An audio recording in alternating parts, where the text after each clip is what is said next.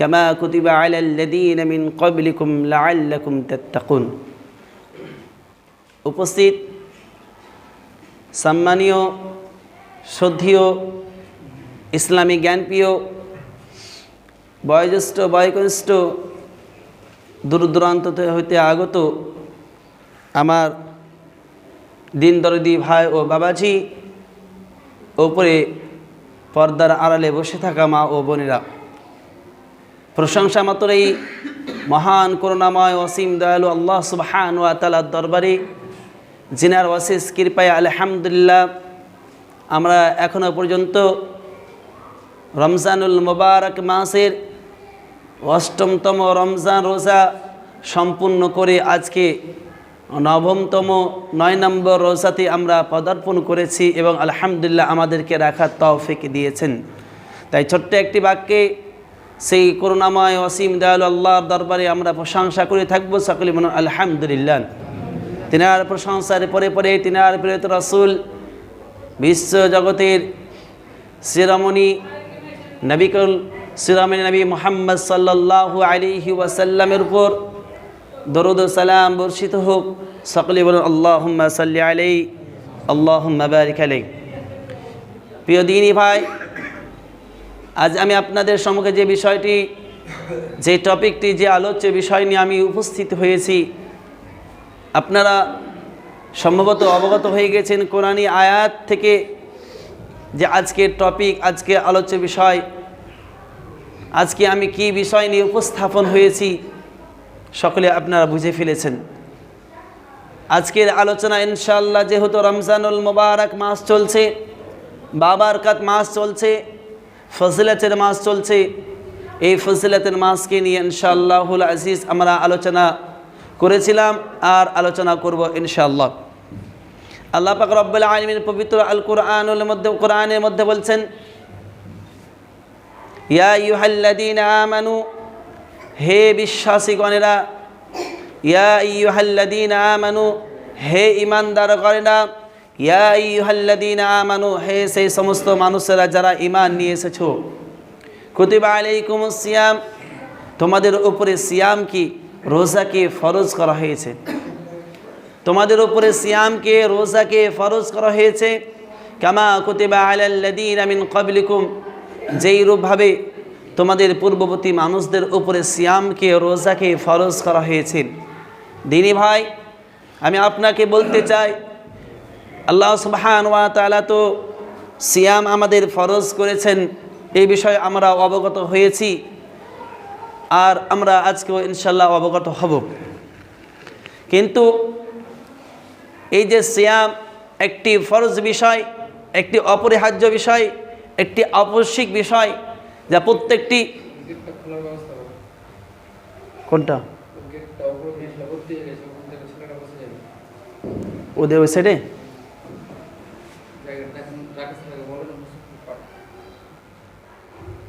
আপনি যান, সাথে করে একটু খুলে দেন, সাহেবদেরকে বলে একটু করে দেন।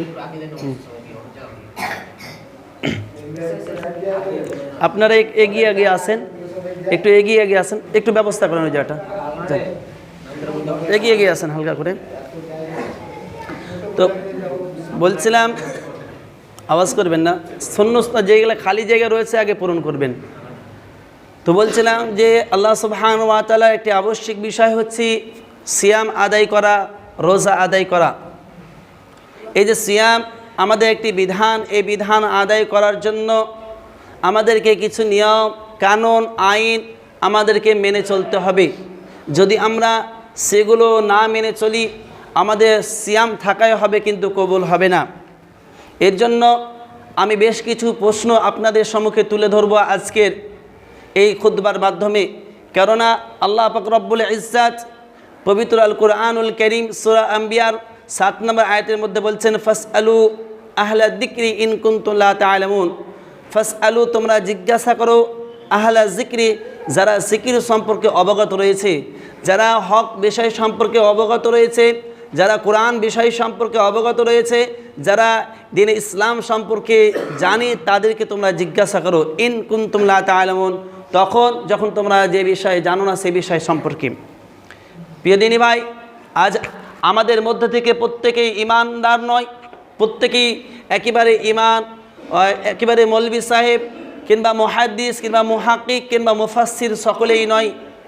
এই জন্য আমাদের মধ্যে অনেকেই প্রশ্ন থেকে যায়। এই প্রশ্নগুলো যদি আমরা সঠিকভাবে সৎ পন্থার মাধ্যমে মানুষের দ্বারে যদি আমরা পৌঁছে দিতে না পারি, মানুষের কাছে যদি আমরা পৌঁছে দিতে না পারি, তাহলে মানুষ রমজান মাসে সিয়াম তো করবে, কিন্তু সিয়ামের সঠিক নিয়ম ও কানুন শর্তাবলী রয়েছে, সেই শর্তাবলী যদি পূর্ণ না হয় তাহলে সিয়াম পালন হবে না।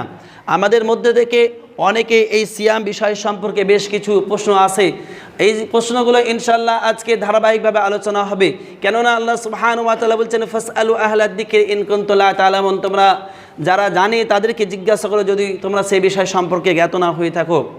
প্রিয় দিনী ভাই, এই বিষয়ে যেগুলো আমি আজকে আলোচনা করতে চলেছি, আপনাদের রমজান মাসেই বিভিন্ন সময়ে বিভিন্ন ব্যক্তিদের কাছ থেকে প্রশ্ন এসেছে। এই প্রশ্নগুলো শুধু একজনের পক্ষ থেকে সীমাবদ্ধ না হয়ে সবার কাছে যেন উন্মোচন হয়ে যায়, যাতে করে সবাই এই প্রশ্নগুলো জানতে পারে।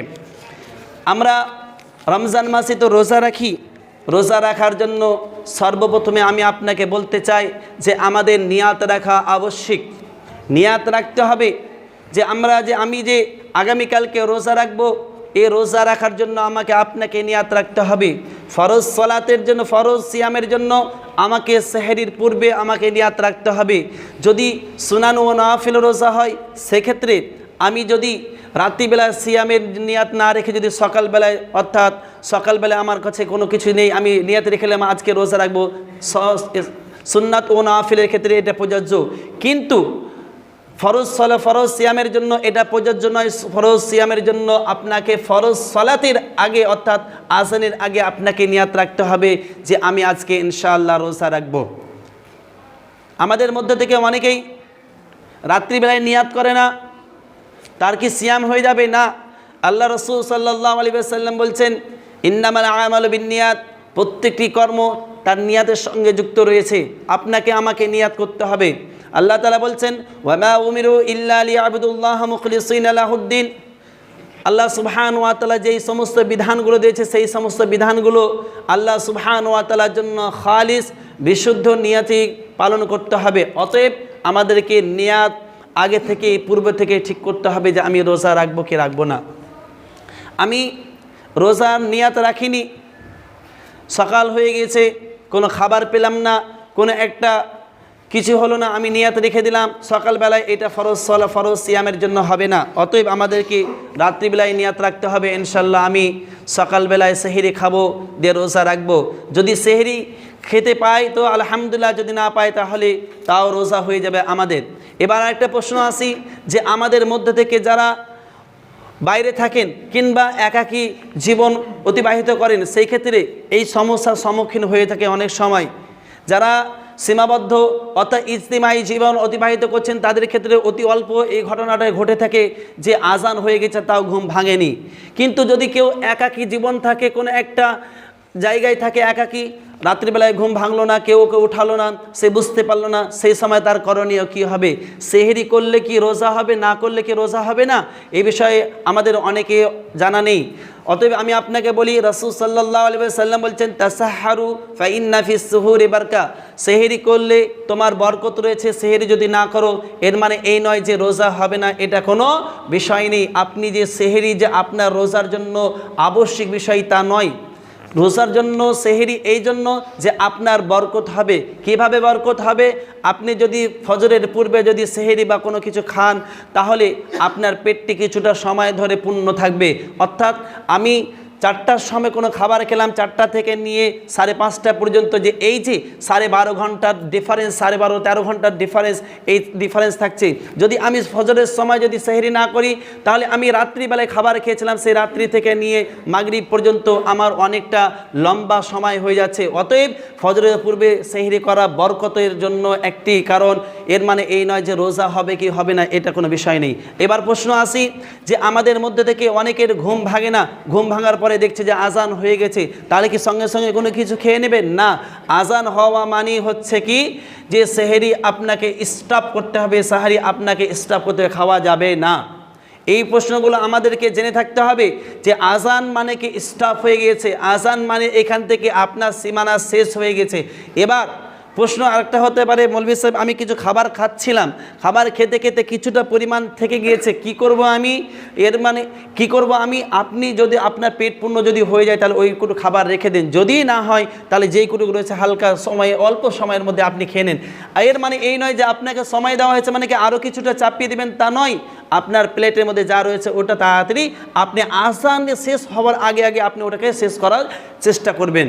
অতএব আমাদের এই সমস্ত বিষয়ে খেয়াল রাখা অবশ্যই দরকার। এগুলো হচ্ছে কোরআনের মাধ্যমে হাদিসের মাধ্যমে প্রমাণিত বিষয়। প্রিয় দিনী ভাই, আমি আপনাকে বলতে চাই যে রোজা রাখা অবস্থায় আমি রোজা রেখে নিয়েছি, আপনি রোজা রেখে নিয়েছেন, তাহলে এই রোজা রাখা অবস্থায় অনেকেই ভুল করে অনেক কিছু খেয়ে নেই। কেউ বা ওযু করতে করতে গার্গিল করতে করতে পানির নিচের দিকে চলে যায়, কারো বা নাকে পানি দিতে দিতে নাকের ফুটো দিয়ে ভিতর দিকে চলে যায়, কিংবা কেউ অজান্তে কোনো খাবার ছিল এভাবে করতে করতে কোনো কিছু খেয়ে নিয়েছে, পানি দেখেছে সামনের দিকে পানি পান করে নিয়েছে। এই যদি অজান্তে হয়ে থাকে, এই যদি ভুলবশত হয়ে থাকে, তাহলে সেই রোজা হয়ে যাবে। রাসূল সাল্লাল্লাহু আলাইহি ওয়াসাল্লাম হাদিসের ভাষায় বলছেন যে মান নাসিয়া ওয়া হুয়া সাইম, যে ব্যক্তি ভুলে গিয়েছে যে ও রোজা রয়েছে, তো ফাআকালা ওয়া শারিবা, সে খেয়ে নিয়েছে অথবা পান করে নিয়েছে, ফালিউতিম্মা সাওমু, সে যেন তার রোজাকে পূর্ণ করে। আমি ধরুন যে আমি ভুলে গেছি, ভুলে গিয়ে কোনো পান করে নিয়েছি কিংবা কোনো ধরনের খাবার খেয়ে নিয়েছি, আমার উচিত আমি যেন রোজাটাকে পূর্ণ করে নিই। হ্যাঁ, এখানে কি বললাম? মান নাসিয়া, যে ভুলে গেছে। তাহলে ভুলে যাওয়া ব্যক্তিদের জন্য এই হুকুম, এই বিধান, এই ফতোয়া প্রযোজ্য। যে ব্যক্তি স্ব ইচ্ছায় জানে যে রোজা রয়েছে, তারপরে কোনো একটা ভালো খাবার রয়েছে, নিজে ইচ্ছাকৃতভাবে খেয়ে নিল, তার রোজা হবে না, সে নিজে থেকে রোজা ভঙ্গ করলো। আর রোজা যদি নিজে থেকে কেউ ভঙ্গ করে, তার জন্য বিধান হচ্ছে, তার কাফফারা হচ্ছে, তাকে ধারাবাহিকভাবে 60টি রোজা রাখতে হবে। 7 নয়, 50-60টি রোজা রাখতে হবে, মিডিলে একটিও গ্যাপ দেওয়া চলবে না। অতএব আমাকে আপনাকে সাবধানতা অবলম্বন করতে হবে। ভুলে গেলে চলবে, কিন্তু ভুলে যদি জানতে যদি আপনার জেনে শুনে যদি করেন, সেই জিনিসের আপনার মাফ নেই, এর জন্য আপনাকে শাস্তি ভোগ করতেই হবে। প্রিয় দিনী ভাই, আরও অনেক কিছু প্রশ্ন রয়েছে, তার মধ্যে থেকে আমি আপনাকে বলি, বিশেষ করে মা ও বোনেদের জন্য, বিশেষ করে মা ও বোনেদের জন্য এই ধরনের প্রশ্নগুলো বিশেষ করে ঘটে থাকে। যেমনভাবে মা ও বোনেদের জন্য একটি মাসের মধ্যে একটি সময় আছে, যে সময়টা তাদের জন্য সমস্ত জিনিস স্টপ করে দেওয়া হয়েছে, সেটা হচ্ছে ব্লিডিংয়ের সময়। এই ব্লিডিংয়ের সময় অর্থাৎ কি, যে মাসের মধ্যে যে 3 দিন, কারো 4 দিন, কারো 5 দিন, কারো 6 দিনে একটি যে সময় রয়েছে ঋতুর সময়, এই সময় কারো রোজা রাখা যাবে কি যাবে না, এই বিষয় নিয়ে অনেকের প্রশ্ন থাকে। মৌলভী সাহেব, আজকে তো আমি রোজা রেখে নিয়েছি, কিন্তু হঠাৎ করে ব্লিডিং হয়ে গেছে, এই বিষয়ে আমার কি ফতোয়া রয়েছে? কিংবা আমার 5 দিনের একটি সময় ছিল, এই 5 দিন অতিবাহিত হয়ে গিয়ে 7 দিন, 8 দিন, 9 দিন ধরে ব্লিডিং হচ্ছে, আমার ফতোয়া কি? আবার কারো প্রশ্ন থাকে যে মৌলভী সাহেব কয়েকদিন বাকি রয়েছে, আমি কি আমার ব্লিডিংটা স্টপের জন্য আমি কি কোনো মেডিসিন ইউজ করতে পারি, এর কি ফতোয়া রয়েছে? আবার কারো কোনো ডেট ছিল যে আজকের এই ডেটে আমার ব্লিডিং হবে, কিন্তু আমি রাত্রিবেলায় নিয়ত করে নিয়েছি যে আজকে আমি রোজা রাখবো না, হঠাৎ করে সকালবেলা হলো যে তার ব্লিডিং হয়নি। কারণ ব্লিডিং হওয়ার পূর্বে তার পেট ব্যথা করে, তার মাথাটা মানে ভারী ভারী হয়, হাত ঝিমঝিম করে, এই সমস্ত অনুভব করে সে বুঝতে পেরেছিল যে আগামীকালকে মধ্যেই আমার ব্লিডিং শুরু হয়ে যাবে, অর্থাৎ কি আমি রোজা রাখবো না, এই নিয়ত রাত্রিবেলায় করে নিয়েছিল। সকাল হলো, দিন যাচ্ছে, নিয়ে কোনো ধরনের কিছু খায়নি, কিন্তু ব্লিডিংও হয়নি, সে কি রোজা রাখতে পারবে কি পারবে না?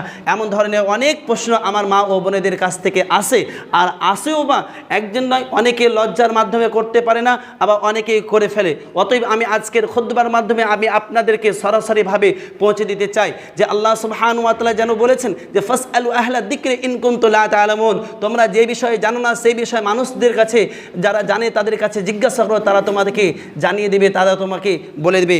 আমি আপনাকে প্রথম বিষয়ে বলতে চাই, ব্লিডিং আসলে যদি কোনো মানুষের, কোনো মহিলার যদি ব্লিডিং চলে আসে, যেই মুহূর্তে যেই সময়ে ব্লিডিং আসবে, সেই সময় আপনাকে আপনার রোজা ভঙ্গ করতে হবে, আপনার আর রোজা নেই। ধরুন যে আপনি সেহরি করেছেন, সেহরি করার পরে সকালে ফজরের নামাজ পড়েছেন, নামাজ পড়ার পরে আপনার ব্লিডিংয়ের দেখা দিয়ে গেছে, মানে কি আপনার রোজা ওখান থেকে সমাপ্ত আর হবে না। এভাবে চলতে চলতে চলতে ধরুন যে আপনার সারাদিন রোজা রাখলেন, ইফতারের কয়েক মিনিট পূর্বে আপনার ব্লিডিং দেখা গিয়েছে, আপনাকে সেই মুহূর্তে রোজা শেষ করতে হবে, আর আপনাকে রোজা পূর্ণ করা যাবে না। আপনি যে 4-5 মিনিট আছে রোজা ইফতার করে নেব, রোজা পূর্ণ করে নেব, এটা আপনার জন্য বৈধ নয়। আপনার জন্য কি ওটা ছাড় রয়েছে, আপনি এই সমস্ত রোজাগুলো কি করবেন, পরবর্তী পরবর্তী সময়ে অর্থাৎ যখন আপনি ফ্রি থাকবেন, যখন আপনি ফাঁকা থাকবেন, যখন আপনার কাছে অবসর থাকবে, তখন আপনি এই সমস্ত রোজাগুলো আদায় করে নেবেন। আপনাকে আদায় করতেই হবে, আদায় আপনাকে করতেই হবে। আমি আপনাকে বলে দিলাম এগুলো হচ্ছে ফরজ সিয়াম, এগুলো হচ্ছে ফরজ সিয়াম বা রোজা, এগুলো আপনাকে আদায় করতে হবে। তাহলে ব্লিডিং আসার ব্যাপারে আমি বুঝতে পারলাম। এবার আসি যে কারো 5 দিনের একটি ব্লিডিংয়ের সময়সীমা ছিল যে 5 দিন হবে, কারো 4 দিন, কারো 6 দিন, কারো 7 দিন। এবং 7 দিনের যারা অধিক হয়ে থাকে অধিকাংশ সময় এগুলো অসুখে পরিণত হয়ে থাকে। দেখবেন যে অনেকের সময় যে 7 দিন, যার প্রতি মাসেই যে একটা ডেট রয়েছে সেই ডেটে 7 দিন 7 দিন 7 দিন 7 দিন করে হয়ে আসছে, হঠাৎ করে এক মাস দেখছে যে 7 দিনের অধিক হয়ে যাচ্ছে, 8 দিন 9 দিন 10 দিন 11 দিন 12 দিন, কারো 15 দিন, কারো 1 মাস 1.5 মাস পর্যন্ত হতে রয়েছে। কিন্তু এই সমস্ত বিষয়গুলো অন্যকে জানাই না। আমি আপনাকে বলতে চাই, আপনার যে নির্ধারিত সময় রয়েছে 5 দিন তো 5 দিন, 6 দিন তো 6 দিন, 7 দিন তো 7 দিন, এর থেকে যদি অধিক হয়ে থাকে তাহলে সেটা আপনার অসুখ, আপনাকে ডাক্তার দেখাতে হবে, মেডিসিন নিতে হবে, আপনার এই জিনিসটা স্টপ করাতে হবে। তাহলে মৌলভী সাহেব আমার প্রশ্নটা কি, আমার 5 দিনের যদি অধিক হয়ে থাকে, আমার 5 দিন ডেট ছিল, 5 দিনের যদি অধিক হয়ে থাকে তাহলে আমি কি করব? তাহলে আপনি যদি 5 দিনের অধিক রয়েছে সেটা আপনার অসুখের কারণে, অসুস্থতার কারণে আপনাকে কি করতে হবে? সেগুলোতে আপনাকে রোজা রাখতে হবে, কিন্তু তার সাথে সাথে আপনি নামাজও পড়বেন, কিন্তু ওগুলো পরিষ্কার পরিচ্ছন্নতার মাধ্যমে। এবার আমরা বেশিরভাগ জিনিসটা বুঝতে পারলাম। এবার একটা জিনিস, আর একটা প্রশ্ন আছে যে মৌলভী সাহেব আর তো 2 দিন বাকি আছে, এখন কি হচ্ছে ওষুধের মাধ্যমে, মেডিসিনের মাধ্যমে ব্লিডিং বন্ধ করার একটা উপায় রয়েছে, যে এখন তো আমি রয়েছি, কয়েকদিন পরে আমার মানে এই 2-1 দিনের মধ্যে ব্লিডিং শুরু হয়ে যাবে, আমি ওষুধ যদি মেডিসিন যদি নিয়ে নিই ব্লিডিং বন্ধ হয়ে যাবে, কয়েকদিন পরে আমি রোজাটা পূর্ণ করব। এটা করা যাবে কি যাবে না, এই বিষয়ে নিয়ে আসি। এই বিষয় সম্পর্কে ওলামাগণ ফতোয়া দিয়েছেন, যদি তার শারীরিক কোনো ক্ষতি না হয় মেডিসিনের মাধ্যমে, যদি তার শারীরিক ক্ষতি না হয় মেডিসিনের মাধ্যম দিয়ে, তাহলে এটা করতে পারে, কিন্তু না করাটাই উত্তম। কারণ মেডিসিনে যেমনভাবে আপনার পজিটিভ দিক রয়েছে, সেইভাবে নেগেটিভ দিক রয়েছে। আপনি একটা দিককে ভালো করতে গিয়ে, যেমনভাবে অ্যালোপ্যাথি দিক রয়েছে, একটা দিক ভালো করতে গিয়ে অপর দিকটা খারাপ হয়ে গেছে, ক্ষতি হয়ে থাকে। অতএব আপনি মেডিসিন না নিয়ে ন্যাচারাল পদ্ধতিতে যেটা হচ্ছে সেই পদ্ধতি আপনি ইউজ করুন। আপনাকে তো আল্লাহ সুবহানাহু ওয়া তাআলা সময় দিয়েছে, সেই সময়টা আপনি ইউজ করতে পারেন। এই ধরনের আমাদের কাছে প্রশ্ন আছে। আরেকটা প্রশ্ন যেমনভাবে যে মৌলভী সাহেব আমার ডেট ছিল আজকে হওয়ার বা কালকে হওয়ার বা 5 দিন আগে পরে হওয়ার, কিন্তু আমি রোজা রাখবো না, রাত্রি থেকে নিয়ত করে নিয়েছি, আমার পেট ব্যথা হচ্ছে, মাথা যন্ত্রণা করছে, গা হাত ঝিমঝিম করছে, আমি বুঝতে পারছি যে আমার ব্লিডিং হবে। তো এমন তো অবস্থায় আমি রোজার নিয়ত করিনি, কিন্তু সকালবেলায় দেখলাম যে আমার কোনো ব্লিডিং হয়নি, সেক্ষেত্রে আমার করণীয় কি? আল্লাহ সুবহানাহু ওয়া তাআলা বলছেন যে ওয়ামা উমিরু ইল্লা লিয়াবুদুল্লাহ মুখলিসিনা লাহুদ্দিন, বুঝে আল্লাহ সুবহানাহু ওয়া তাআলা তোমাদেরকে খালিস নিয়তে ইবাদত করার হুকুম দিয়েছে। ইন্নামাল আমালু বিন্নিয়াত, নিয়তের মাধ্যমে মানুষের কর্ম সম্পূর্ণ হয়। অতএব আপনি নিয়ত করেননি, তাই আপনার রোজা এই ফরজ রোজা হবে না। যদি এটা নফল রোজা হতো তাহলে সেক্ষেত্রে আপনি যদি সকালবেলায় নিয়ত করতেন আপনার ওটা বৈধ হইতে, ওটা জায়েজ হয়ে যেত। তাহলে আমরা এই সমগ্র বিষয় সম্পর্কে জানলাম। এবার আসি একটি প্রশ্ন, গুরুত্বপূর্ণ প্রশ্ন ভাইদের উদ্দেশ্যে ও বাবাজিদের উদ্দেশ্যে। যেই সমস্ত ভাইরা এখন ইয়াং জেনারেশন রয়েছে, যেই সমস্ত ভাইরা এখন যুবক রয়েছে, তাদের জন্য গুরুত্বপূর্ণ প্রশ্নটা হচ্ছে কি, নাইট ফলস যদি হয়ে যায় তাহলে আমাদের যে রোজা হবে কি হবে না, এগুলো ভেবে আপনি হতবাক হয়ে যাবেন না। মৌলভী সাহেব আপনি কি ধরনের প্রশ্ন শোনাচ্ছেন, এই ধরনের বাজে প্রশ্ন শুনুন। রাসূল সাল্লাল্লাহু আলাইহি ওয়াসাল্লাম আপনাকে পেশাব করার পদ্ধতি শিখিয়েছে, আপনাকে পায়খানা করার পদ্ধতি শিখিয়েছে, পায়খানাতে কীভাবে বসবে সেই পদ্ধতিতে শিখিয়েছেন, আর তারপরে বিভিন্ন ধরনের পদ্ধতি শিখিয়েছেন। এই সমস্ত জিনিস জানতে আপনারা লজ্জাবোধ করবেন না। অতএব যদি প্রশ্ন থাকে অবশ্যই করবেন। যেমনভাবে নাইট ফলস হয়ে গেলে কি রোজা রাখবে কি রাখবে না? শুনুন, যদি নাইট ফলস হয়ে যায় কোনো অসুবিধা নেই, কোনো রোজার কোনো ক্ষতি হবে না। হ্যাঁ, কিন্তু অন্য একটা বিকল্প পদ্ধতি রয়েছে, যে বিকল্প পদ্ধতির মাধ্যমে মানুষেরা নিজের শারীরিক ক্ষমতাকে বা যৌন ক্ষমতাকে নির্গত করার চেষ্টা করে। সেই সমস্ত পদ্ধতি থেকে আমরা সকলেই যেন বেঁচে থাকি। এই সমস্ত পদ্ধতির মাধ্যমে শারীরিক অনেক ক্ষতি হয়ে থাকে, এই সমস্ত পদ্ধতি ইউজ করা চলবে না। রমজান মাসে এই সমস্ত পদ্ধতি ইউজ করা চলবে না। আরও একটি প্রশ্ন আসি, যে এই যে বিষয় আছে এই বিষয় সম্পর্কে আরেকটা প্রশ্ন আসি, যা স্বামী স্ত্রী যাদের বিয়ে হয়ে গেছে তাদের ব্যাপারে প্রশ্ন আসি। অনেকেই প্রশ্ন করে যে মৌলভী সাহেব আজকে আমি রোজা রেখেছি, রোজা রাখা অবস্থায় আমরা স্বামী স্ত্রী হাজব্যান্ড ওয়াইফ এক জায়গায় ছিলাম, আমাদের শারীরিক কর্মের সঙ্গে যুক্ত হয়ে গেছে, আমরা ফিজিক্যাল কর্মের সঙ্গে যুক্ত হয়ে গেছি। এই ধরনের যদি কোনো ব্যক্তি কর্মের সঙ্গে যুক্ত হয়ে যায়, অর্থাৎ দিনের বেলায় রোজা অবস্থায় স্বামী স্ত্রী যদি মিলন হয়ে যায় তাহলে তাকে কাফফারা দিতে হবে। অতএব আমরা বুঝতে পারলাম দিনের বেলায় রোজা অবস্থায় স্বামী স্ত্রী মিলন করা চলবে না, মিলন করা চলবে না। আরেকটা বলি যে যদি আপনার স্ত্রী অপবিত্র অবস্থায় থাকে তাহলে আপনারা মিলন করা চলবে না, ফিজিক্যাল কর্মের সঙ্গে যুক্ত হওয়া যাবে না।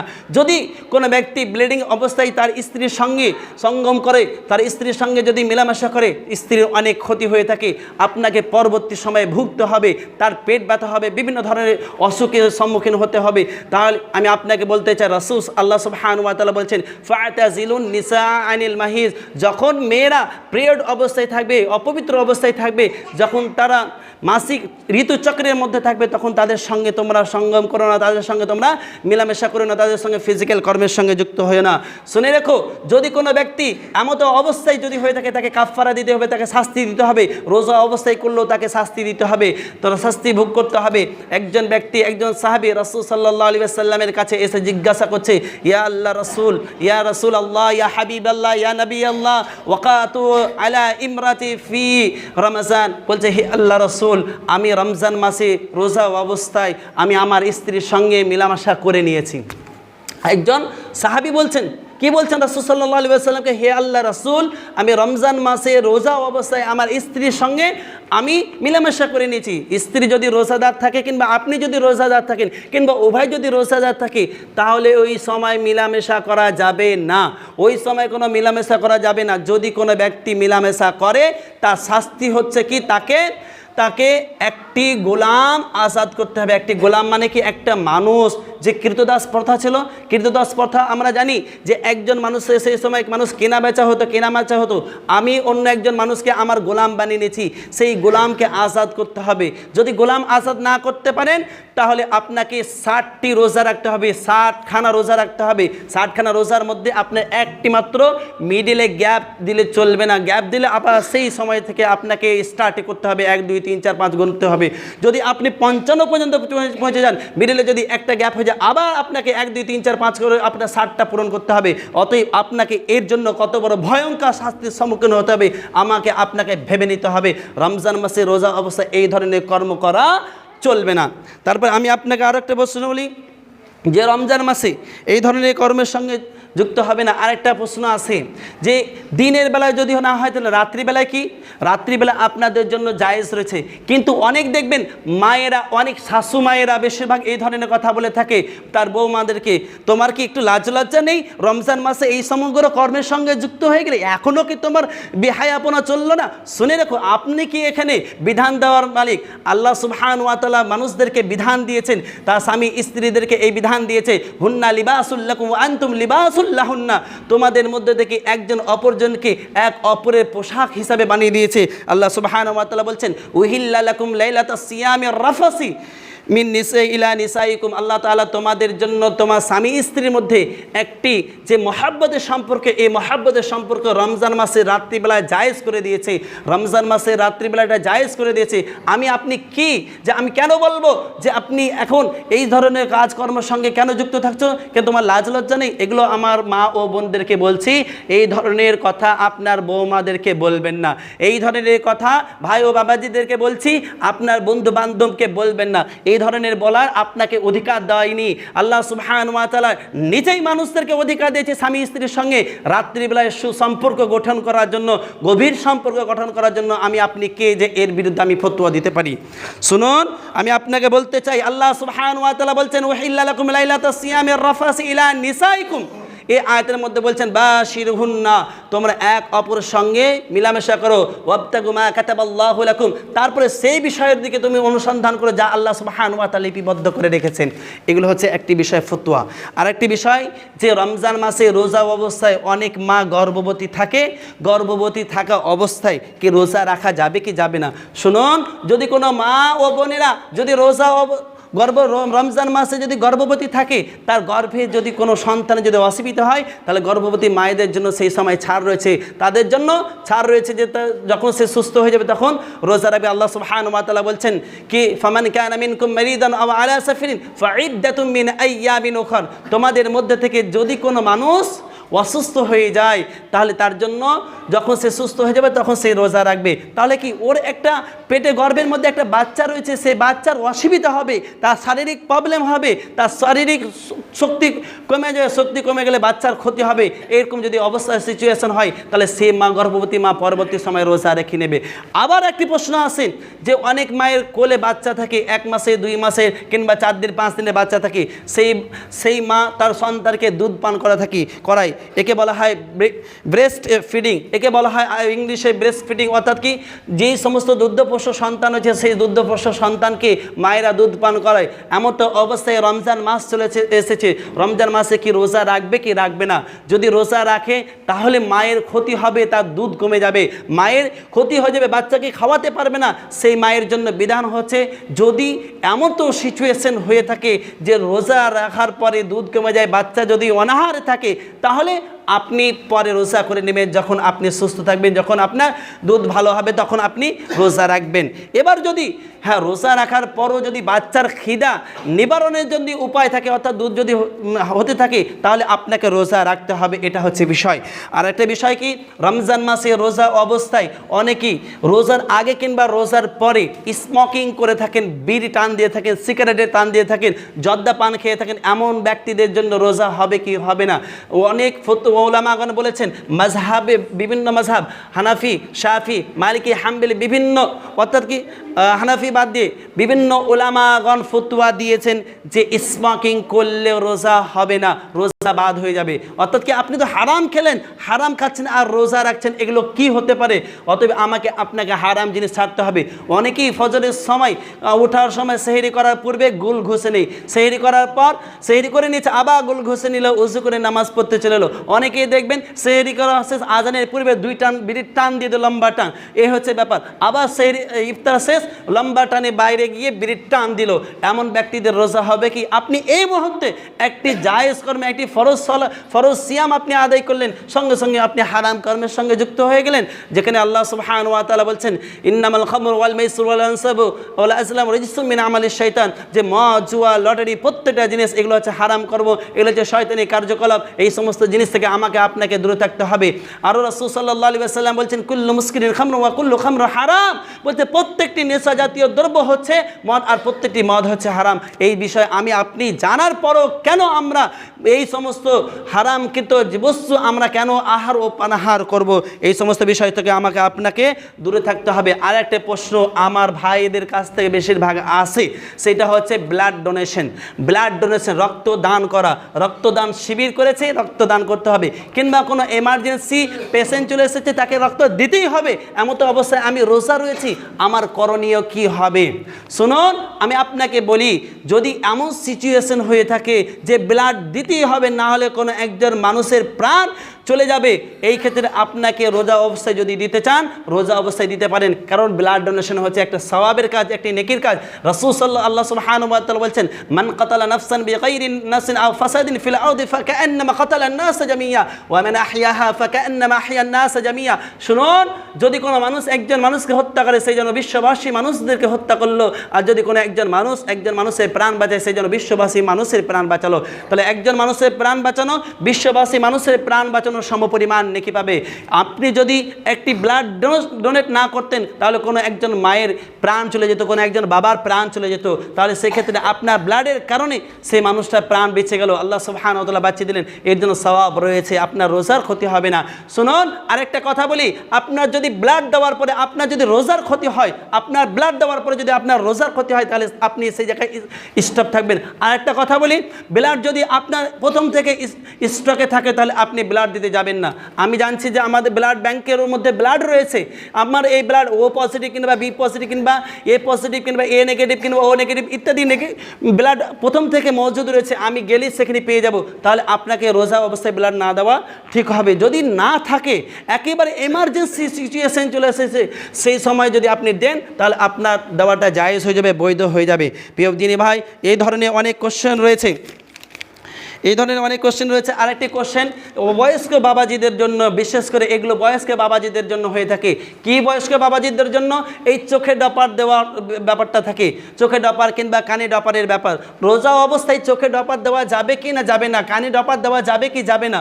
অনেকেই দেখবেন যারা চোখে ছানি পড়ে গেছে, যারা চোখে দেখতে পায় না, যাদের চোখে ঝাপসা ঝাপসা রয়েছে, সেই সমস্ত মানুষরা চোখে ডপার দিয়ে থাকেন। তাহলে রোজা অবস্থায় চোখে ডপার দেওয়া যাবে কি যাবে না? শুনুন, রোজা অবস্থায় চোখে ডপার দিলে কোনো অসুবিধা হয় না। আরেকটা প্রশ্ন যেটা আমাদের মধ্যে ঘুরপাক করে, যে রোজা অবস্থায় ইনজাস্টিং করা যাবে কি যাবে না। এই ইনজাস্টিং করা যাবে কি যাবে না, এর মধ্যে আরেকটি উত্তর রয়েছে। সেটা হচ্ছে কি, যদি আপনার ইনজাস্টিংয়ের মাধ্যমে আপনার শারীরিক কোনো ক্ষমতা বৃদ্ধির কারণ না হয়ে থাকে, আমি কি করলাম, ভিটামিন নিলাম, কিসের জন্য, আমার শরীরের মধ্যে এনার্জি কমে গেছে, শক্তি কমে গেছে, সেক্ষেত্রে আমি এমন ইনজেকশন নিলাম যার ফলে আমার ক্ষমতা বাড়ছে, আমার শক্তি বাড়ছে, সেই ইনজেকশন আপনার নেওয়া চলবে না। কিন্তু আপনার পেট ব্যথা করছে, আপনার মাথা ব্যথা করছে, আপনার শরীরটা অসুস্থতা ভোগ করছে, সেই ক্ষেত্রে আপনি সুস্থতার জন্য জ্বর হয়েছে, জ্বালা যন্ত্রণা হচ্ছে, আপনি সেই ক্ষেত্রে ইনজেকশন নিয়েছেন, আপনি নিতে পারেন। সেক্ষেত্রে আপনার শরীরকে সুস্থ করার জন্য, যদি শরীর সুস্থ না করেন আরও শরীর অসুস্থ হয়ে যাবে, কারণ আপনি 10 ঘন্টা 12 ঘন্টা 13 ঘন্টা পর্যন্ত আপনি না খেয়ে রয়েছেন, আর না খাওয়া অবস্থায় যদি আপনার শরীর অসুস্থ থাকে আরও অসুস্থতায় ভুগবেন।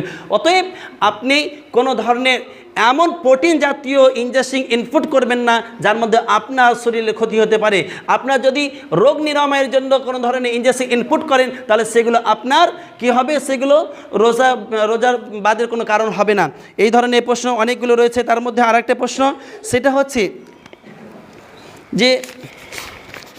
যে মৃত ব্যক্তি, এই রমজান মাসে আমরা অনেকেই কোরআন পড়ি, রমজান মাসে আমরা অনেকেই কোরআন পড়ি, সময় যাচ্ছে, আমি জানছি আপনাদের মূল্যবান সময়, রমজান মাসে অনেকেই কোরআন পড়ি। কোরআন পড়ার সময় আমরা নিয়ত করে নিই যে এই কোরআনটা আমার মৃত দাদির নামে করলাম, এই কোরআনটা আমার দাদুর নামে পড়লাম, এটা আমার বাবার নামে, এটা আমার মায়ের নামে। তাহলে এখন প্রশ্ন হলো, মৃত বাবা মা দাদু দাদি ইত্যাদির নামে কোরআন পড়া যাবে কি যাবে না? আমাদের হানাফি সম্প্রদায় ভাইদের কাছে এগুলো ফুটতে হচ্ছে যে 40 করা, কোরআন খানি করা, কোরআন খতম করা ইত্যাদি ফতোয়া রয়েছে। আমি আপনাকে বলি, আপনি যেই সমস্ত খাবার খাবেন সেই সমস্ত খাবারে কি আপনার খাবারের মাধ্যমে অন্যর কি পেট পূর্ণ হবে না? অতএব আমি আপনাকে বলতে চাই যে আপনার আমল আপনার কাছে থাকবে।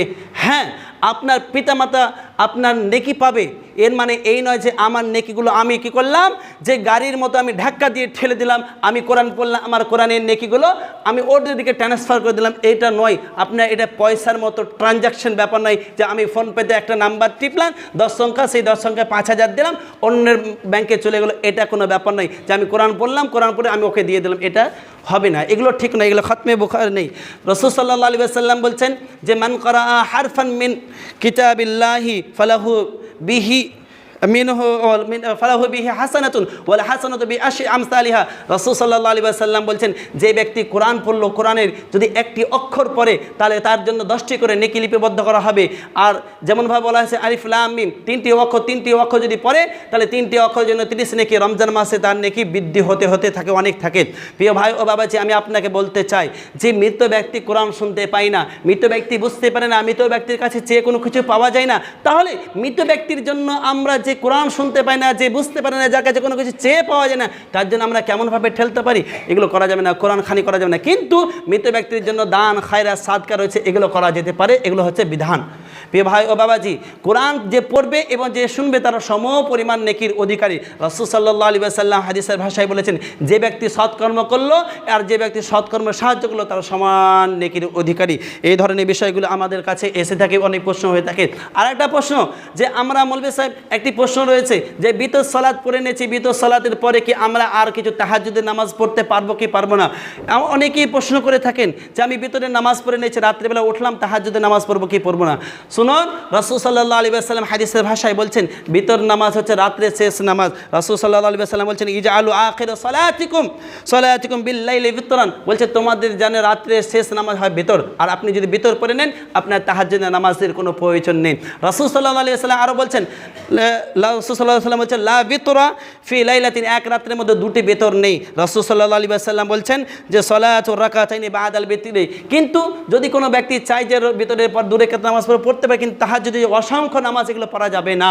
তাহলে আপনি যদি পড়তেই চান তাহলে আপনি ভিতর করেছিলেন, এক রেখাত নামাজ পড়ে আপনি যৌথ নামাজ করে নেবেন, তারপরে আপনি ধারাবাহিকভাবে নামাজ পড়তে থাকবেন। এই ধরনের অনেকেই প্রশ্ন থাকে। আর একটা জিনিস যে রমজান মাসে বেশি বেশি প্রশ্ন আছে, রমজান মাসে দান করব না রোজা ইফতার করাবো, রমজান মাসে দান করব না ইফতার করাবো, এই ধরনের প্রশ্ন আছে। আমি আপনাকে বলি, দান করার ফজিলত আলাদা এবং ইফতার করার ফজিলত আলাদা। দান করার ফজিলতের ব্যাপারে রাসূল সাল্লাল্লাহু আলাইহি ওয়াসাল্লাম বলেছেন, যদি কোনো ব্যক্তি 1 টাকা দান করে, সেই 1 টাকা দানটা 70 টাকা, 70 টাকা থেকে 700, 700 টাকা থেকে তার যত নেকি নিয়ত থাকবে বা ঈমান থাকবে, সেই ঈমান অনুযায়ী তার নেকি বৃদ্ধি হতে থাকবে। এবার ইফতারের ব্যাপারে আসি, যদি কোনো মানুষ ইফতারের নিয়াত করে থাকে, যে ব্যক্তি ইফতারের নিয়াত করলো এবং ইফতার করালো, যে ব্যক্তি করালো এবং যে ব্যক্তি করলো, সেই ব্যক্তি সম পরিমাণ নেকির অধিকারী যে ব্যক্তি করালো পাবে। এভাবে ইফতারের আরেকটি ফজিলত রয়েছে, যদি কোনো ব্যক্তি আল্লাহ সুবহানাহু ওয়া তাআলার সন্তুষ্টির উদ্দেশ্যে যদি ইফতার রোজা রাখে, তাহলে আল্লাহ সুবহানাহু ওয়া তাআলা তাকে জান্নাতুর রায়্যান, বাবুর রায়্যান দিয়ে জান্নাতের প্রবেশ করাবেন। এই হচ্ছে বিষয়। এই ধরনের প্রশ্নগুলো বর্তমান যুগে প্রত্যেক মুসলিম মা ও বোনেদের কাছে ঘুরপাক করছে। আর একটি প্রশ্ন হচ্ছে কি, যে রমজান মাসে আমরা কলগেট দিয়ে আমরা ব্রাশ করতে পারবো কি পারবো না। আমি আপনাকে বলতে চাই যে কলগেট দিয়ে আপনি ব্রাশ করতে পারেন, কিন্তু না করাটাই উত্তম যদি আপনার কাছে, কারণ কলগেটটা হচ্ছে মিষ্টান্ন ভাব, আর মিষ্টান্ন ভাব কি হয়, হালাক দিয়ে অর্থাৎ গলা দিয়ে নিচের দিকে নেমে যাওয়া সম্ভব না থাকে। আপনি এই সমস্ত জিনিস দিয়ে করতে পারেন, কিন্তু না করাটাই উত্তম। সব থেকে উত্তম বিষয় হচ্ছে আপনি মিসওয়াক দিয়ে করবেন, কারণ রাসূল সাল্লাল্লাহু আলাইহি ওয়াসাল্লাম বলছেন যে যদি আমার উম্মতের উপরে এটা কষ্টকর না হতো, লাউলা আন আশুক্কা আলা উম্মতি লা আমাতুহুম বিসওয়াক, যদি আমার উম্মতের উপরে এটা কষ্টসাধ্য না হতো, তাহলে আমি আমার উম্মতকে প্রত্যেক সালাতের পূর্বে মিসওয়াক করার নির্দেশ দিতাম, হুকুম দিতাম। আল্লাহ সুবহানাহু ওয়া তাআলার কাছে এই দোয়া, আয় আল্লাহ তুমি আমাদের সকলকে সুপথে চলার তৌফিক দান করো, আমিন। আয় আল্লাহ তুমি আমাদের গুনাহ খাতা মাফ করে আমাদের সিয়াম ও কিয়ামকে কবুল করো, আমিন। আয় আল্লাহ তুমি আমাদের পিতামাতার সঙ্গে উত্তম আচরণ, উত্তম ব্যবহার করার তৌফিক দান করো, আমিন।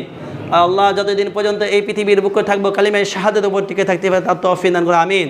যেই দিন এই দুনিয়া থেকে চলে যাব, সেই দিন যেন আমাদের জন্য কবরের মাঝে যে সমস্ত প্রশ্ন করা হবে সেগুলো যেন সহজ সরল হয়, তার উত্তর দিতে পারে তার তৌফিক দান করো, আমিন। এবং আমাদের জন্য জান্নাতুল বিছানা যেন বিছিয়ে দেওয়া হয় তার তৌফিক দান করো, আমিন। سبحانك اللهم ربنا وبحمدك أشهد أن لا إله إلا أنت أستغفرك وأتوب إليك. اللهم صل على محمد وعلى آل محمد كما صليت على إبراهيم وعلى آل إبراهيم إنك حميد مجيد. اللهم بارك على محمد وعلى آل محمد كما باركت على إبراهيم وعلى آل إبراهيم إنك حميد مجيد. سبحان ربك رب العزة عما يصفون وسلام على المرسلين والحمد لله رب العالمين. السلام عليكم ورحمة الله.